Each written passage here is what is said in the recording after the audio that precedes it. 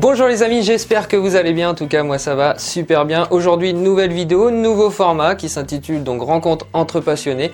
Vous l'avez vu juste à côté de moi, vous la connaissez sûrement, donc Annie, roi de la chaîne Le Poisson Rouge, chaîne dédiée à l'aquariophilie qui cumule déjà plus de 100 000 abonnés maintenant. Donc le principe il est simple Annie, comme je te disais, une dizaine de questions et on va discuter tous les deux pour apprendre un peu plus à te connaître, à savoir un peu voilà ton ressenti sur l'aquariophilie en général, l'aquascaping aussi, on sait que tu fais pas mal de bacs.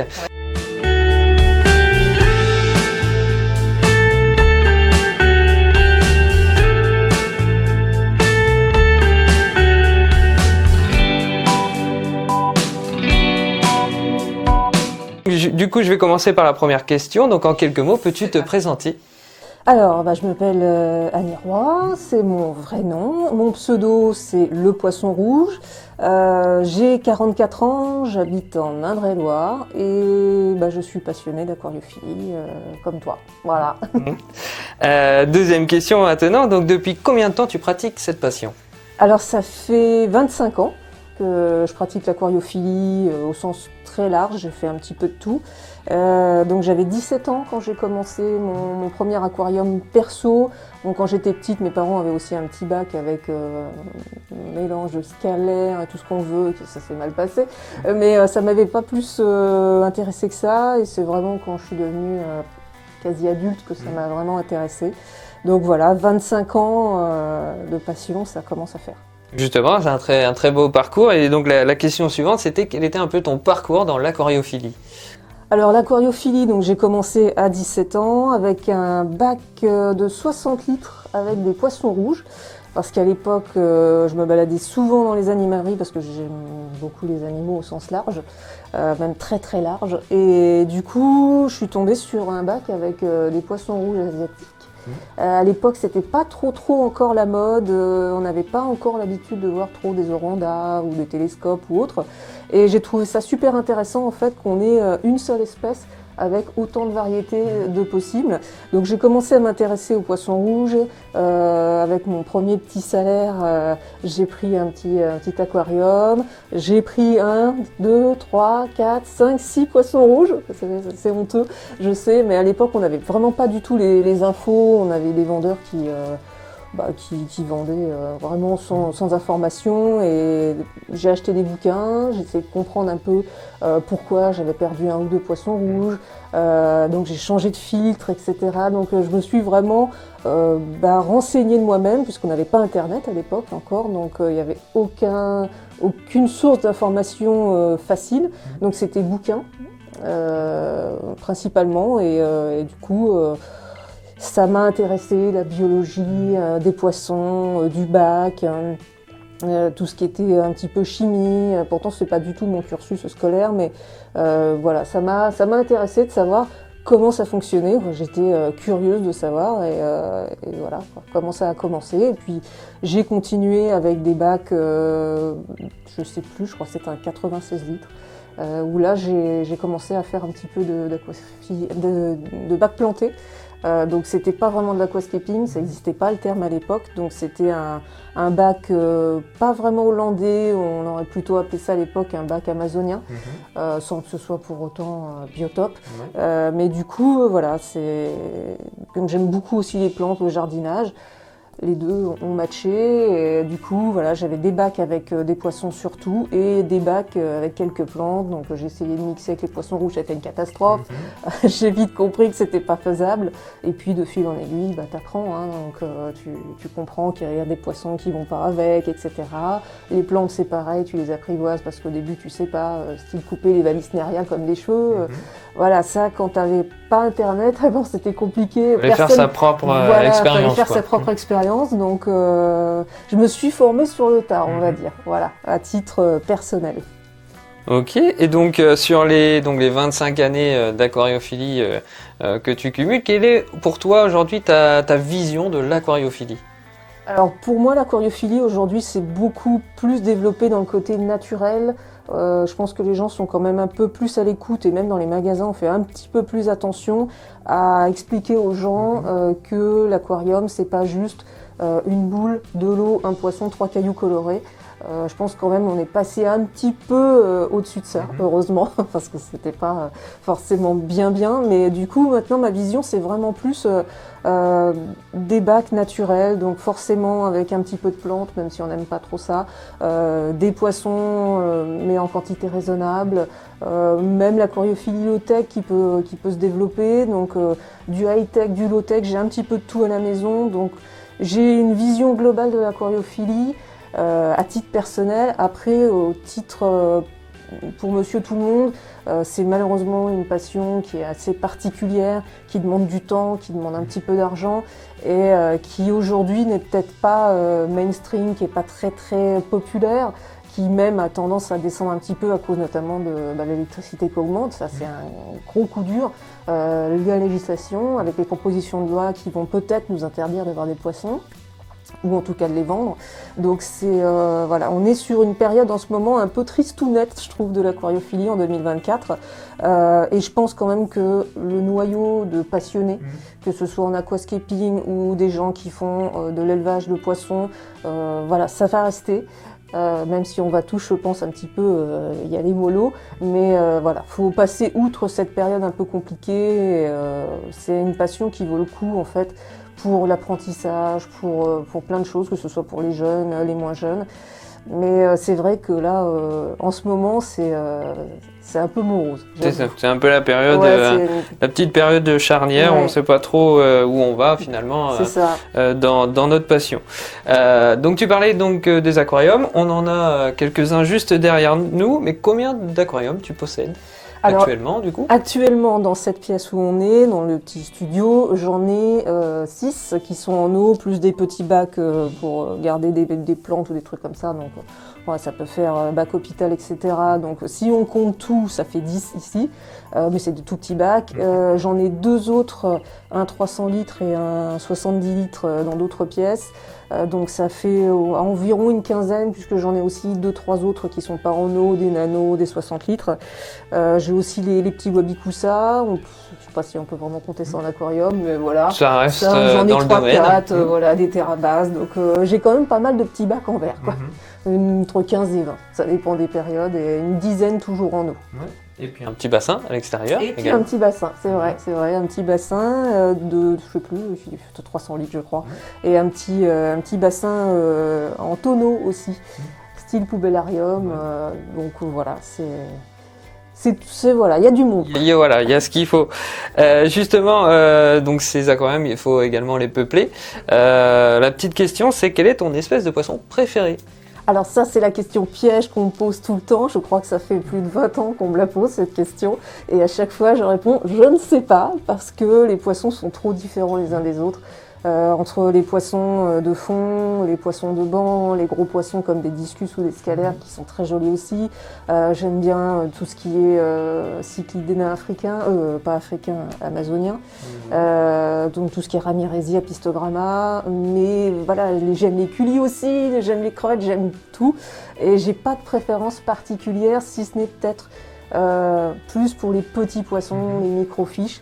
J'aime bien notamment tout ce qui est boraras, les nanostomus, et puis les crevettes. Alors c'est pas des poissons, mais c'est vrai que les crevettes j'apprécie particulièrement. C'est une petite taille qui va voilà, les petits poissons en fait qui déjà peuvent aller dans des bacs nano ou des bacs de 60 litres. Parce que quand tu as des petits aquariums, t'as pas le choix. Et puis avoir des gros bacs, c'est pas toujours facile, ça prend beaucoup de place. Et puis mine de rien, le moindre poisson demande quand même pas mal d'espace. Donc les nanofiches, c'est sympa. Et puis moi, j'aime bien regarder les détails des petits poissons qui vont bouger derrière les plantes, les crevettes, qui font un truc rigolo sur un petit caillou. Voilà, de regarder vraiment en détail mon bac. Sans être forcément à 3,50 m parce que le poisson il fait 15 cm. On le voit, voilà, on le voit de loin. Que lui. Voilà. Moi j'aime vraiment regarder en détail ou filmer avec une lentille macro. Voilà, j'aime bien les tout petites choses, la microfaune qui se balade.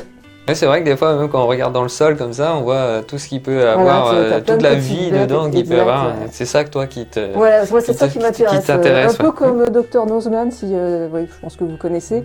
Voilà, j'aime bien tout scruter un peu au microscope. Voilà, j'aime bien le petit détail et voir les petites choses en fait qu'on voit pas si on ne fait pas bien attention. Ça, c'est mon truc. Voilà. C'est bien. Et donc, dans un peu le même esprit de question, mais là, c'est ta plante préférée. Alors, du coup, là, j'ai une plante préférée, pour une fois. Ça, c'est vrai qu'on me pose la question, ça vient tout de suite, c'est la HCC. Donc, c'est une plante gazonnante très sympa avec des toutes petites feuilles qui m'a toujours bien réussi. Comme j'aime beaucoup les iwagumi, du coup, ça va bien avec. Les crevettes ressortent bien dessus. Enfin, moi, je trouve ça super joli. Elles ont un vert pomme que j'apprécie particulièrement et c'est une plante qui gazonne facilement. Donc, Et sur du petit feuillage également, c'est une des plus petites plantes de la coréophilie. Je pense d'ailleurs que c'est celle qui a les plus petites feuilles rondes. Plus petites feuilles, si on exclut les Éléocaris qui font des petites touffes gazonnantes, c'est celle qui a les plus petites. Par rapport à la Monte Carlo, elles sont un tout petit peu plus grosses. Et j'apprécie particulièrement pour l'effet d'échelle, pour les nanos. Tout ce qui est petit, tout ce qui est petit et mignon, on n'en sort pas. Justement, donc on a parlé un peu de tes aquariums. Donc ici, on est dans ton petit studio, en fait, dans une toute petite pièce. Alors moi, j'appelle ça fish room parce que c'est vrai qu'il y a des aquariums et tout, une galerie, studio. Oui, voilà. Si tu devais le présenter un petit peu ce studio, alors je sais que sur ta chaîne, tu as une vidéo dédiée pour tes membres, en fait. C'est ça. Donc en fait, tous les membres de la chaîne, tous les ans, ils ont droit effectivement à un room tour complet. Où là, effectivement, on voit vraiment l'envers du décor de A à Z. Je cache rien, je range même pas la pièce avant. Donc là, ils peuvent vraiment tout voir. Mais si je dois présenter cette pièce-là, c'est une petite pièce qui fait 9 mètres carrés. Donc c'est vraiment tout petit. Imaginez une chambre d'enfant, tout simplement. Par contre, il n'y a pas de lit, ça passe pas. Et il y a des aquariums un petit peu partout. Pour être entouré de bacs.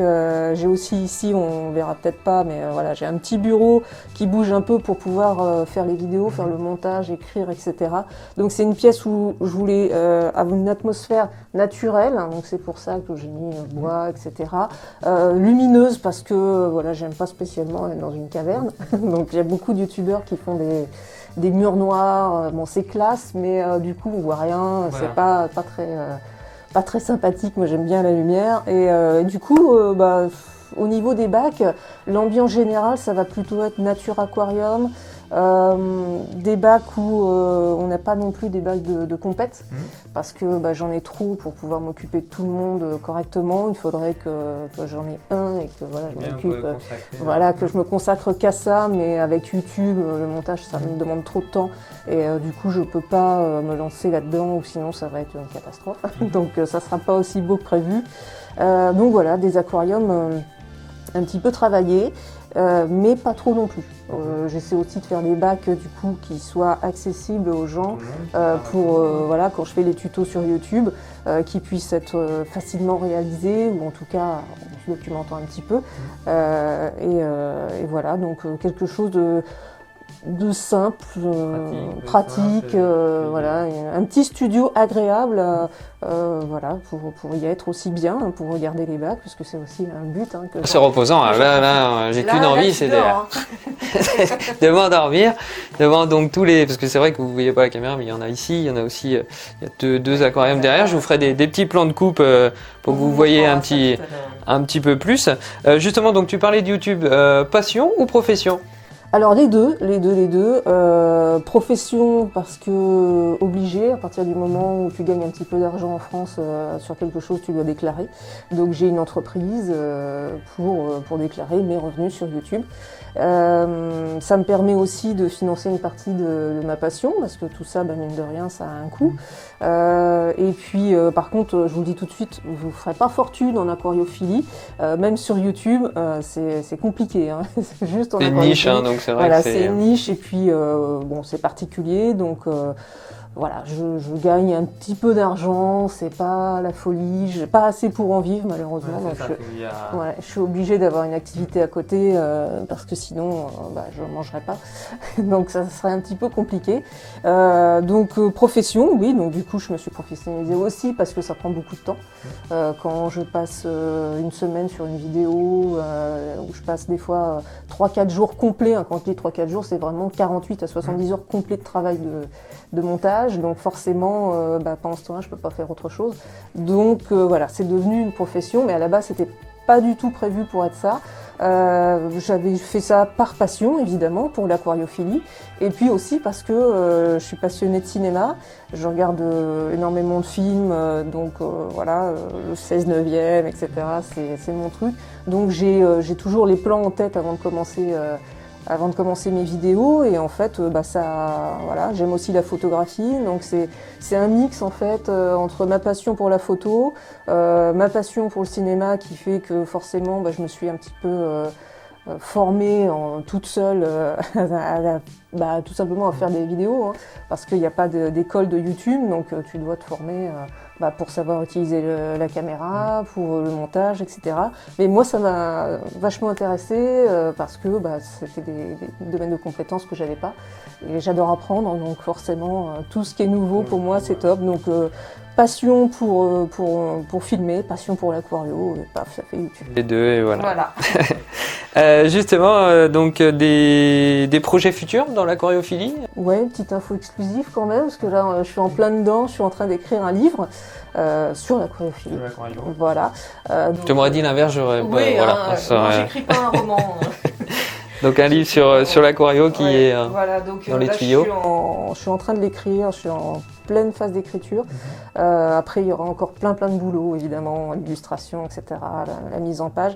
Donc ça ne sera pas avant fin 2025, je pense que ça sortira. Mais je fais tout pour que ça sorte sûr en 2025. Ouais. Donc ça, c'est un gros projet que j'ai, qui me fait plaisir, qui ça me change. Encore une fois, j'apprends plein de trucs sur l'édition des livres. Donc c'est toujours dans le but de... Voilà, j'aime apprendre dans tous les domaines. Donc là, c'est encore une nouveauté pour moi, un nouveau domaine. Et sinon, au niveau aquariophilie, peut-être essayer à un moment donné, quand j'arriverai à avoir moins de bacs, proposer un bac de concours. Après, je suis pas sûre de quand, ce sera peut-être pas en 2025, avec le livre ça va être compliqué, mais peut-être à la suite, c'est quand même prévu un jour que je le fasse. Et puis si un jour, on sait jamais, que j'ai un mécène qui tombe, un gros bac qui ferait 3-4 mètres, qui pourrait aller dans mon garage, qui ferait tout le pont de mur du fond avec, je sais pas, des gros disques. Voilà, le super bac. Mais voilà, ça c'est un projet très vaste. Hein. On n'en est pas là. Donc la dernière question, que peut-on te souhaiter pour l'avenir ? Eh bien écoute, pour l'avenir, continuer, arriver à continuer à faire mes vidéos, ce qui n'est pas toujours évident, manque de temps, manque de budget des fois pour faire des choses sympas, mais juste arriver à continuer en fait à déjà avoir des aquariums, à faire ma passion, à évoluer en aquascaping aussi, parce que tu le sais, plus on fait, plus on y arrive. Voilà, hein. Si on fait pas, c'est difficile. Et puis voilà, continuer tranquillement mon petit bonhomme de chemin, en apprenant des choses aux gens, tout en restant aussi de mon côté passionné et en faisant ce que j'aime. Voilà. Donc, arriver à faire ce que j'aime le plus longtemps possible.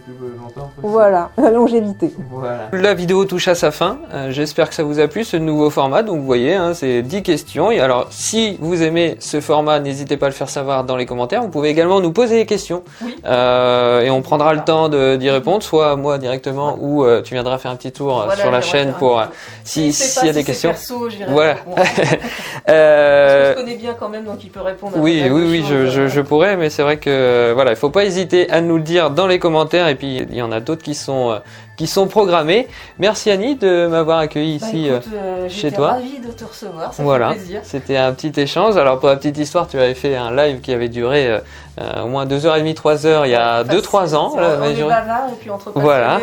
C'est et donc il était tout naturel pour moi de commencer ce nouveau format tout simplement par Annie.